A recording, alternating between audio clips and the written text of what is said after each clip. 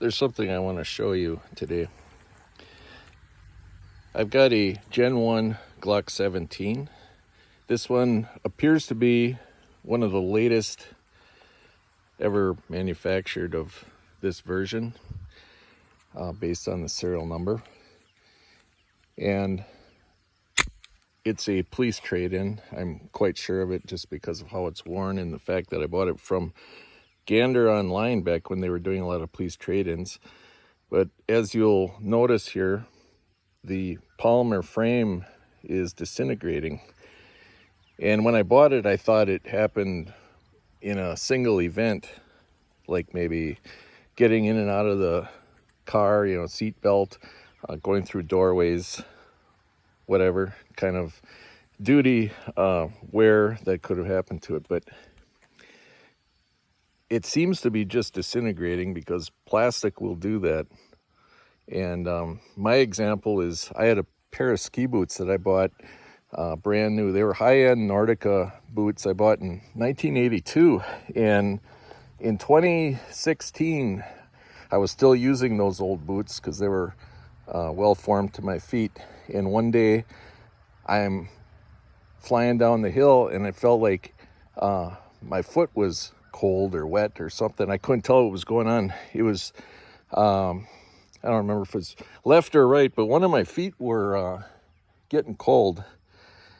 And I got down to the bottom of the hill and I looked and half my ski boot was gone. The entire side of the ski boot was blown out. And the bottom was still intact, so it was staying in the bindings. And I think that's what's happening here. Because I bought this gun more than 10 years ago. It's a safe queen. It's not something that I holster. Literally, it comes out of my climate-controlled safe and goes straight into the padded range bag or my gun box here. It goes straight into there, straight to the bench. I load it, I fire it, and I put it back. And that's all I've ever done with this thing. But because I bought one of these reissue Gen 1s, I pulled it out of the safe just to compare it. And while I was sitting in my easy chair, I noticed there were pieces of plastic that were loose here, and they were just kind of wiggling around like a loose tooth, because this is fiberglass reinforced plastic, FRP. And I could move it, and when I push it too far, it would just break off. I wish I would have shown it on video when I first noticed it. It's not breaking now when I push on it, but that happened just from sitting in the safe. So anything made out of plastic is susceptible to breaking down over time. And I thought I should share that with you. I'm like you, if you're watching this, somebody who really enjoys Glock firearms for the same reasons you do. That, I don't care about what the internet says about, all that infighting between fellow shooters. It's kind of like the Japanese versus Harley thing. I never got into that either, but Ford versus Chevy pickups, whatever. I don't care for all that. I don't get into it. I really love these Glocks. I can't explain why. It's just their simplicity. It's kind of like, I don't know, just something that you can absolutely rely on. And I'm brand loyal. I have many of these, and I still buy them to this day. So I don't want to say anything bad. It's just a matter of fact that plastic breaks down over time. I don't know if it'll happen to this one. This is the reissue, the 17 Gen 1 Classic. And shooting them side by side, they're basically identical. Yeah, as far as group sizes and all that. And even the trigger feel is pretty similar. Actually, you know what? I think I do like the original Gen 1's better. Yeah, they're close, but I don't know, just the way that sponginess comes up against the wall and it just snaps. They're all a little bit different, but I do like this one in particular. That's not my only authentic Gen 1. I've got another one. That one's a true safe queen. I don't take it out. It's pretty nice. It's in the original box with the little egg crate ammo holder and all that. But I wanted one of these so I could have the Glock 17 experience of a brand new one and yet shoot it, you know, just do whatever I want to it. I enjoy that. I think this is a really cool gun.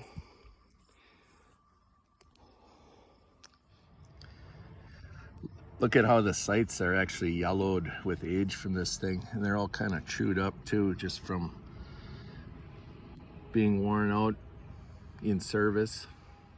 These are nice and white. These plastic frames get kind of shiny and slippery over time. Not that it bothers me. This one feels the same, only brand new. It's not shined up from rubbing against clothing for years. Inside, this is actually basically a Gen 3, and I can show you what that looks like. Forgive me, I don't have any of my video equipment.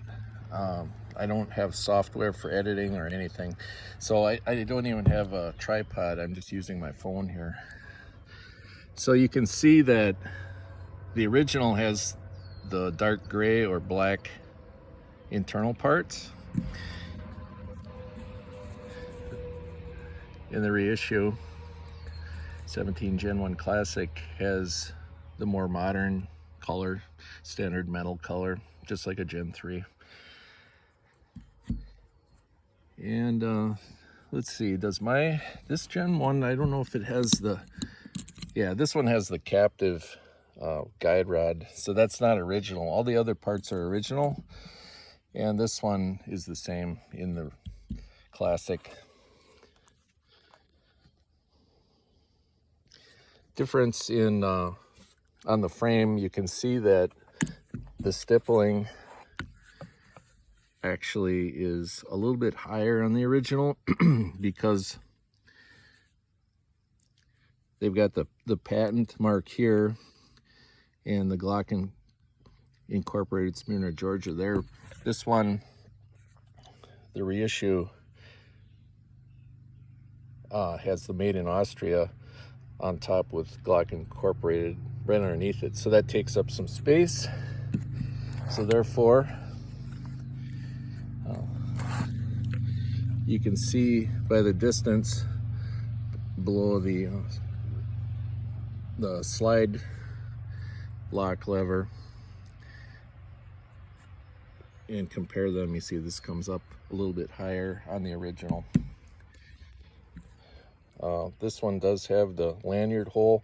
Somebody put a plug in there. I left it in there even though it's not original because I don't want this deteriorating problem to extend back here.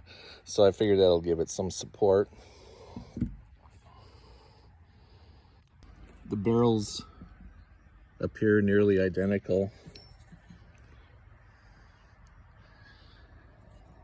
The crown seems to be a little bit different.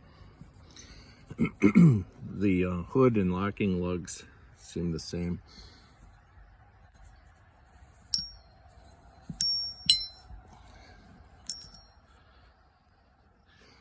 The original Gen 1 has proof marks on it.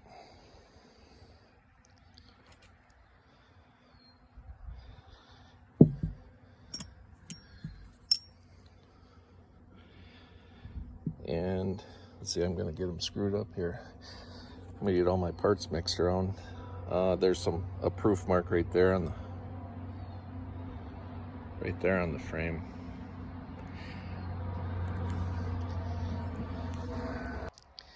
So there they are, side by side. The new one, the new Gen 1 that feels great in the hand, and the shined up old one that's starting to crumble a little bit. I mean, obviously if I had my choice, if I could only have one of these, I would have the original. But it sure is nice to have a new one, because the first time I held one of these was in 1987 in a hardware store. And I remember when the guy handed it to me, I thought it was one of the weirdest looking guns. It didn't seem to have enough controls on it, and I thought, this thing looks like a banana, like a black banana, and I was kind of grossed out by it. Little did I know that I would kind of dedicate myself to this brand in years to come. And it's pretty cool. It's like these things have been following me around all of my adult shooting life. So now with one hand, my earplugs in. How am I going to do this?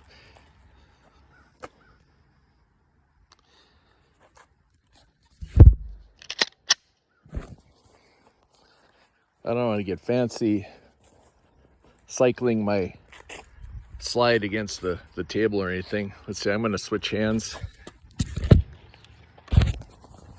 All right, I'm going to try to hit that 10-inch plate at 50 yards one-handed with the original 1989 Gen 1 Glock with some 115 grain hand loads. And I'm not sure where to aim with this, so it might take me a while to hit it.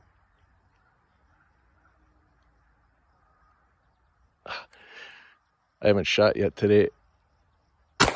Oh, okay. That's how many shots it took. Now I'm going to shoot the other one.